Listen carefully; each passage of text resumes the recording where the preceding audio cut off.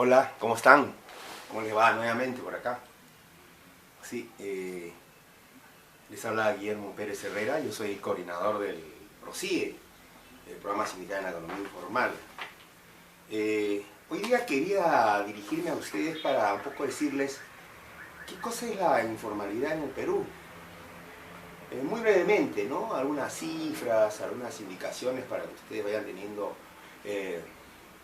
idea del tamaño de este fenómeno, ¿no? en nuestro querido país. Antes de decirle que a partir del año 2002, con la resolución que aprueba la OIT en su conferencia internacional, economía informal es el término que sustituye al clásico sector informal que se nutre desde el año 1973, más o menos. Entonces hoy día hablar de economía informal significa hablar del sector informal entendido como unidades productivas que no tienen una diferencia específica de lo que significa su registro, su contabilidad institucional versus lo que es el manejo individual de la economía, de la persona, y que de otra manera, pues, de una otra forma no está contemplada en ningún tipo de identificación, ¿no? Mientras que empleo informal ya un poco toca el tema como algo mucho más novedoso, el tema de las condiciones de trabajo, es decir, cómo el trabajador informal, el empleo informal, se da por la lógica de falta de protección y que tiene en ambos sectores sus componentes poblacionales, ¿no? El empleo informal que se produce cuando un trabajador está asalariado pero no se le reconoce otros derechos, dentro de una lógica de informalización por parte de algunas empresas. Eso es informalidad, es empleo informal. Pero también lo es ese gran ejército de trabajadores independientes, no profesionales, profesionales u otros específicos como las trabajadoras del hogar, que desarrollando un trabajo autónomo, independiente, pues no tienen condiciones de trabajo adecuadas, poca productividad, ingresos muy por debajo de lo necesario, no tienen una acumulación financiera, carecen de una serie de derechos, sobre todo elementales como la protección social. Entonces, en esta dimensión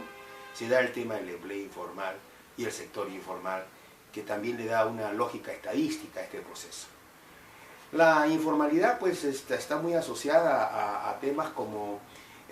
trabajo no declarado, ¿no? O sea, la lógica de que, bueno, yo soy un trabajador de Donofrio, toda mi vida he vendido artículos de Donofrio, tengo el uniforme, el lema de Donofrio, tengo los equipos de Donofrio o de otra empresa, no es un tema específico, sin embargo no pertenezco a la empresa. Entonces este tipo de cosas es muy frecuente. Y muchos autores dicen de que esta es una visión de acumulación irregular que hacen algunas empresas para poder tratar de eludir efectivamente responsabilidades sociales y beneficios laborales. Pero también está la lógica de nuestro querido y popular Hernando de Soto, de que bueno, la informalidad es un desafío al Estado, un Estado que no simplifica, que no ayuda a la formalización y por lo tanto hay un ejército victorioso de trabajadores que rebaten al Estado y finalmente pues pasan por encima de él ante la ineficiencia del mismo, al no ayudar a un proceso de simplificación, y que en la práctica este ejército es una gran posibilidad de desarrollo, lo cual tiene también sus limitaciones dado de que el Estado somos todos, entonces desde ese punto de vista hay que verlo con mucha moderación. También está el que dice pues de que de otra manera es un nuevo modelo dentro de la globalización. Es decir, que de otra manera, pues esta es una lógica que debe existir para que esta nueva visión de empresa descentralizada, desconcentrada, que tiene una reubicación que no necesariamente concentra en un solo lugar su potencia productiva o de productividad, que desconcentra efectivamente para poder activar determinadas actividades y tercerizar esta para que le signifique menos costos, en una lógica que ya no prioriza la producción en masa, sino a demanda específica, pues esto un poco que ha cambiado, como ustedes saben, las relaciones internacionales de intercambio, hace pues que también esto produzca informalidad. Sin dejar de lado el clásico y evidente concepto de que el excedente estructural de mano de obra, al no haber capacidad de empleo, al haberse segmentado el mercado de trabajo, producto de de la brecha educativa que existe y de la brecha de acceso que existe, también es una forma de interpretar la informalidad, y que ha llevado pues en todas sus modalidades, incluyendo la última definición del Banco Mundial, que dice que el informal está un poco entre el escape y la exclusión, es decir, que hay informales que prefieren estar en esa situación porque finalmente ven un Estado que no les es atractivo, un Estado que no regula, un Estado en el cual muchos eluden, entonces no se ve oportunidades, pero también la lógica de la exclusión real, es decir, hay muchos trabajadores que por la segmentación esta que hay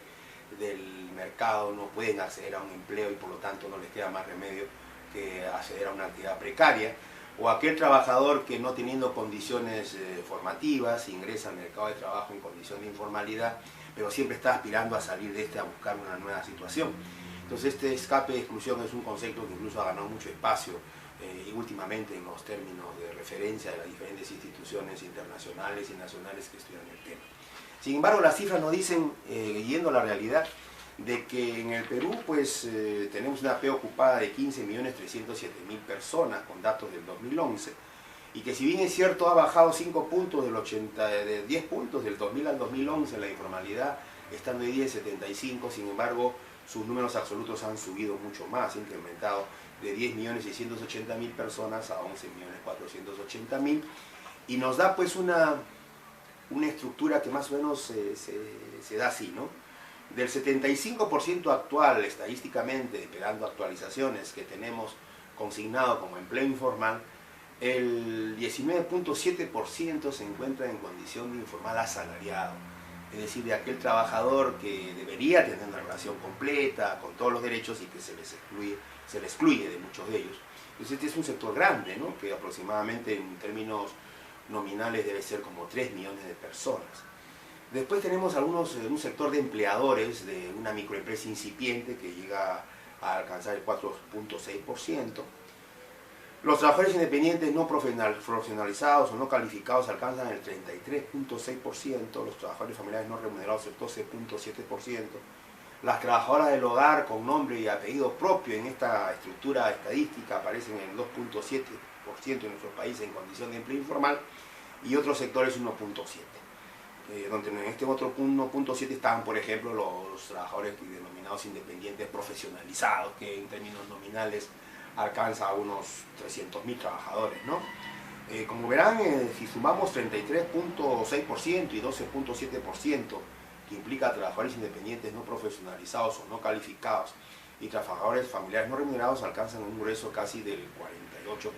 46%, casi la mitad. Entonces, del empleo informal en el país se encuentran estas dos categorías,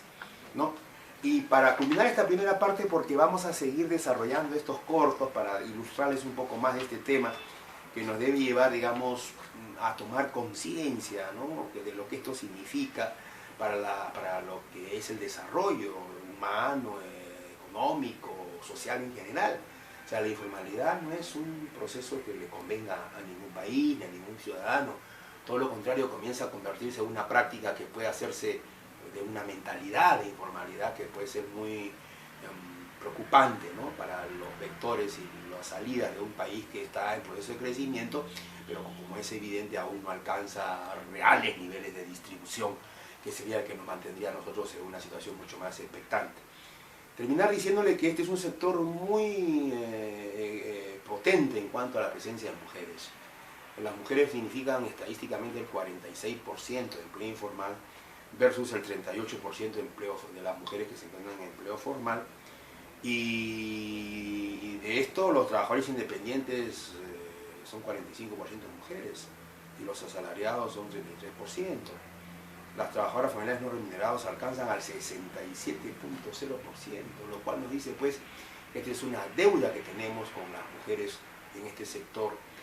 teniendo en cuenta de que ellas son las que cargan con el mayor peso del proceso en un horizonte cultural y social que todavía no alcanza los niveles necesarios de equidad, que es una de las lógicas que queremos nosotros impulsar desde muchos frentes, ¿no? Desde el frente que trabajamos en PROCIE con cada una de las organizaciones, desde el frente en alianza con otras instituciones como Diego, la Fundación EVER, la Red Internacional de Mujeres trabajadoras del hogar y otra serie de instituciones que, como nosotros, están preocupados en el tema y que creemos de que iniciativas, aunque siempre cuestionadas por su naturaleza política, del presidente mexicano de lanzar una gran defensa de la informalidad como una política central de Estado, podría ser también una salida que nuestro gobierno debería tomar en cuenta, dadas las cifras, dada la